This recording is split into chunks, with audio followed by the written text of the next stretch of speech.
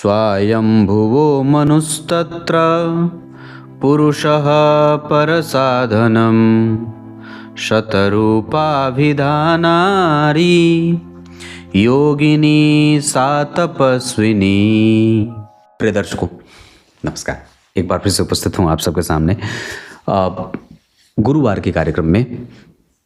आज का जो विषय है वो इस बात पे केंद्रित होगा कि जन्म कुंडली के अष्टम भाव की स्थिति आपकी कुंडली में कैसे आपके जीवन में समस्या को बड़ा बना रही है, मतलब लंबा खींच रही है, या फिर आपकी समस्या को तुरंत समाप्त कर रही है।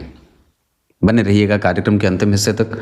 मतलब जो हमारी तकलीफ है, जो हमारी समस्या है, वो जल्दी समाप्त होने वाली है या कई बार वो बहुत लंबे समय तक हमें परेशान करने वाली है।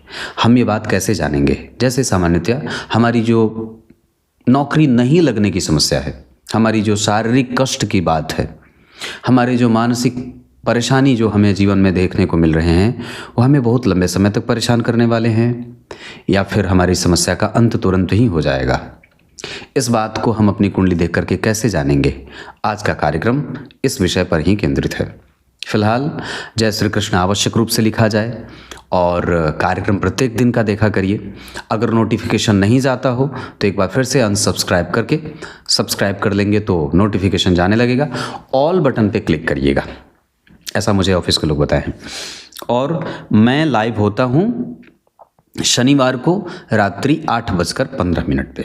विचार ये कहता है शास्त्र, जन्म कुंडली के अष्टम भाव से संबंधित ये सिद्धांत है, बहुत सामान्यतया बहुत बेहतर सिद्धांत, कि जन्म कुंडली के अष्टम भाव में 1 से लेकर 12 तक में कौन सी राशि बनी है। और अगर यहाँ 2, 5, 8 और 11 मतलब स्थिर राशि बनी है, कोई एक राशि बनी होगी, या तो 2 या तो 5 या तो 8 या तो 11। अगर वहाँ स्थिर राशि बनी है और वहाँ कोई ग्रह शत्रु ग्रह होकर बैठा है, जैसे अगर 2 नंबर लिखा तो गुरु बैठ गए, अगर 5 नंबर लिखा तो शनि बैठ गए, अगर 8 नंबर लिखा तो भी शनि बैठ गए, या 11 नंबर लिखा तो मंगल बैठ गए। इसका अर्थ कि अगर इन राशियों का निर्माण हुआ हो और वहाँ कोई ग्रह शत्रुगत होकर के बैठा है, जैसे गुरु जो होते हैं वो गुरु के शुक्र शत्रु होते हैं, सूर्य के शत्रु शनि होते हैं, मंगल के शत्रु शनि होते हैं, कुंभ राशि के स्वामी शनि होते हैं, उसके स्वामी मंगल होते हैं, मतलब उसके शत्रु मंगल होते हैं। इसका अर्थ है भगवान कि अगर जन्म कुंडली के अष्टम भाव में कोई भी ग्रह अगर शत्रु राशि में होकर के बैठा है तो आपकी समस्या जो होगी वो अब लंबी चलेगी। इसलिए हमें सावधान रहने की ज्यादा आवश्यकता होगी।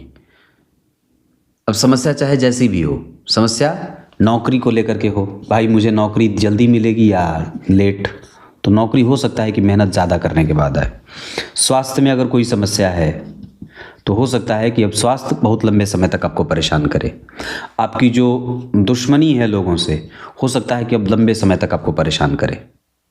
आपको कोई बीमारी हो गई इसी अष्टमेश की दशा में, मतलब अष्टमेश शुक्र एक्टिव हुए तब कोई बीमारी लग गई, या सूर्य एक्टिव हुए तब कोई बीमारी लग गई, या अष्टमेश मंगल हैं उनकी दशा अगर चालू हुई और कोई बीमारी लग गई, या शनि अष्टम भाव के स्वामी होते हैं उनके एक्टिव होते ही कोई बीमारी लग गई, और ऐसे ग्रह की स्थिति बनी है, शत्रु ग्रही कोई ग्रह वहां बैठा हुआ है, तो आपको ये समस्या लंबे खींच जाएंगे और ये आपको लंबे समय तक परेशान करने वाले हो जाएंगे। दूसरा एक सिद्धांत और है जो आपको समझना चाहिए अष्टम भाव को लेकर के, ये बड़ा ही सूक्ष्म विषय है। अगर मान लीजिए आपके जन्म कुंडली के अष्टम भाव में सम संख्या की राशि बनी है, मतलब 2, 4, 6, 8 और 10, 12, अगर यहाँ सम संख्या की राशि बनी है और अगर कोई शुभग्रह वहाँ बैठा है, मतलब गुरु, शुक्र, बुध और चंद्रमा, अगर कोई शुभग्रह वहाँ बैठा है, इसका अर्थ है कि आपकी जो समस्या है वो ज़्यादा दिन तक आपको परेशान नहीं करेगी, तुरंत समाप्त हो जाएगी। इस वजह से घबराने की आवश्यकता नहीं है। मतलब अगर हमें इस भाव में बन रही राशि का स्वामी एक्टिव हुआ और अगर कोई समस्या हमें आती है और उसमें अगर शुक्र, गुरु, बुध या चंद्रमा बैठे हैं तो हम ये बात कहेंगे, ज़्यादा चिंता मत करो, तुरंत ये समस्या समाप्त हो जाएगी, घबराओ मत। मतलब अगर सम संख्या की राशि बनी और अगर शुभ ग्रह वहाँ बैठे हैं तो उस समय अगर आपको कोई भी परेशानी है तो वो समाप्त होने वाली है जल्दी ही, या आपको वो समस्या बहुत ज़्यादा लंबे समय तक परेशान नहीं करने वाली है। एक बात और है, जैसे मान लीजिए जन्म कुंडली के अष्टम भाव में कोई भी राशि बनी 1 से लेकर के 12 तक में, ये तो मैंने विभिन्न राशियों के बारे में बता दिया। अब कोई भी राशि बनी हो और यहाँ पे कोई ग्रह नीच का बैठ गया, मतलब 4 नंबर लिखा और मंगल बैठ गए, या 8 नंबर लिखा और चंद्रमा बैठ गए, या कोई भी ग्रह जन्म कुंडली के अष्टम भाव में नीच राशि में बैठा है। अब वो अगर नीच राशि में बैठ जाएगा तो हो सकता है कि आपको वो जो कष्ट दे वो मृत्यु तुल्य कष्ट बढ़ा देगा, मतलब वो कष्ट कई गुना ज़्यादा आपको आपके सामने प्रस्तुत होगा। उसी समय बीपी भी हो जाए, उसी समय शुगर भी हो जाए, उसी समय कई तरीके की समस्या स्वास्थ्य में आने लगे, उसी समय आर्थिक परेशानी भी होने लगे, उसी समय दुनिया भर के काम भी आपको होने लगे। तो मतलब अगर जन्म कुंडली के अष्टम भाव में कोई भी ग्रह नीच राशि में बैठा है तो अपनी दशा काल में या जब कभी भी अष्टम भाव का स्वामी, अब जैसे मान लीजिए 4 नंबर लिखा और मंगल बैठ गए, तो चंद्रमा की दशा यानी कि चंद्रमा की दशा जब चलेगी तो ये मंगल भी कष्ट देने वाले हो जाएंगे, क्योंकि अष्टमेश की दशा चल रही है। अब मंगल की दशा चलेगी और चंद्रमा वहाँ बैठे हैं, तो जब मंगल भी एक्टिव होंगे तब भी और जब चंद्रमा एक्टिव होंगे तब भी, ये दोनों ग्रह एक्टिव होंगे तो आपको परेशान करेंगे। एक पक्ष और भी कहता है, अष्टम भाव से संबंधित ये जो पक्ष है वो बिल्कुल नया है कि अगर जन्म कुंडली के अष्टम भाव के स्वामी जो बनते हों 1 से लेकर 12 तक में, अगर वो ग्रह आपकी कुंडली के लग्न में विराजमान है, जैसे मान लीजिए यहाँ 5 नंबर लिख दिया और यहाँ पे सूर्य बैठ गए, तो अगर जन्म कुंडली के अष्टम भाव के स्वामी लग्न में बैठे हों और उन पर किसी भी पापक ग्रह की दृष्टि पड़ गई, मंगल या शनि या राहु की, तो अब भी आपके जीवन में ऐसी समस्याओं का आना हो जाएगा जो आपको लंबे समय तक जीवन को परेशान करने वाले हो जाएंगे। मतलब ये जीवन का संघर्ष बना रहता है।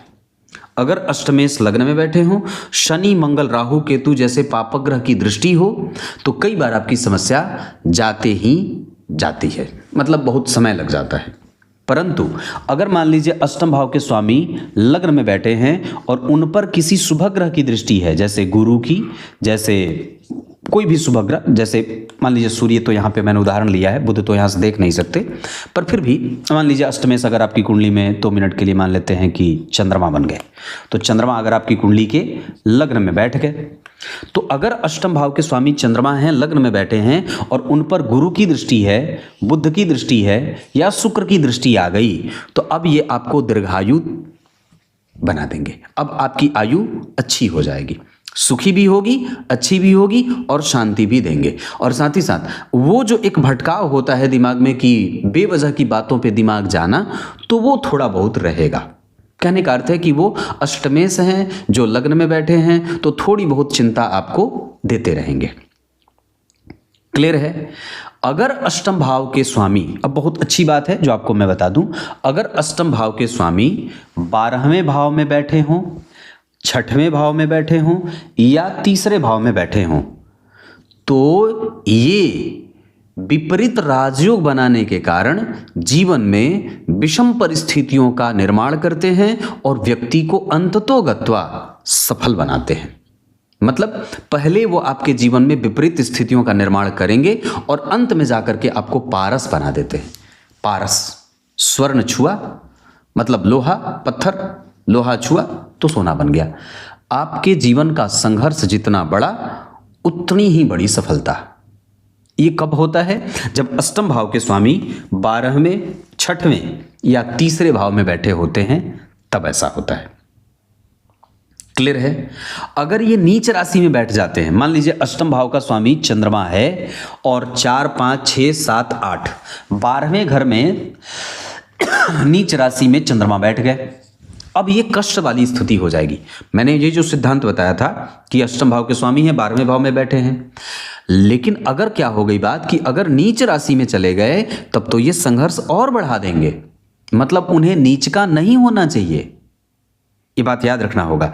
अगर वो नीच राशि में जा रहे हैं, मतलब जैसे कि अगर 8वें भाव के स्वामी हैं, 6वें भाव में बैठे हैं, 12वें भाव में बैठे हैं, 3रे भाव में बैठे हैं, और अगर वो अपनी नीच राशि में बैठ रहे हैं, तब ये आपके संघर्षों को बढ़ा देने वाले होते हैं। क्लियर है? ये अष्टम भाव से संबंधित कुछ मूलभूत सिद्धांत थे जो बड़े ही रोचक थे और जानकारी रखने वाले थे। अब आइए एक बात और कहता हूं, कभी भी अष्टम भाव जब कभी भी एक्टिव होता हो तो इस बात को निश्चित रूप से ध्यान में रख लेना चाहिए कि हमारी समस्या, जैसे हमारी कुंडली में मान लीजिए अष्टमेश एक्टिव होने वाले हैं, मार्च से अष्टम भाव के स्वामी की दशा चलने वाली है, तो हम क्या करेंगे कि अष्टमेश के एक्टिव होने से पहले अगर हमें ऐसा लग रहा है कि कोई समस्या है जो हमें आगे परेशान कर सकती है, हम उसका अंत आज ही ढूंढ लेंगे। अगर हमारे पास ऋण है, हमारा कारोबार मंद गति से चल रहा है और मार्च से हमारे ऊपर से अष्टमेश की दशा चलने वाली है, तो हम आज उस व्यापार को ठीक करने की पूरी कोशिश करेंगे या एक दूसरे व्यापार की तरफ शिफ्ट होने की तरफ भी दिमाग लगाएंगे।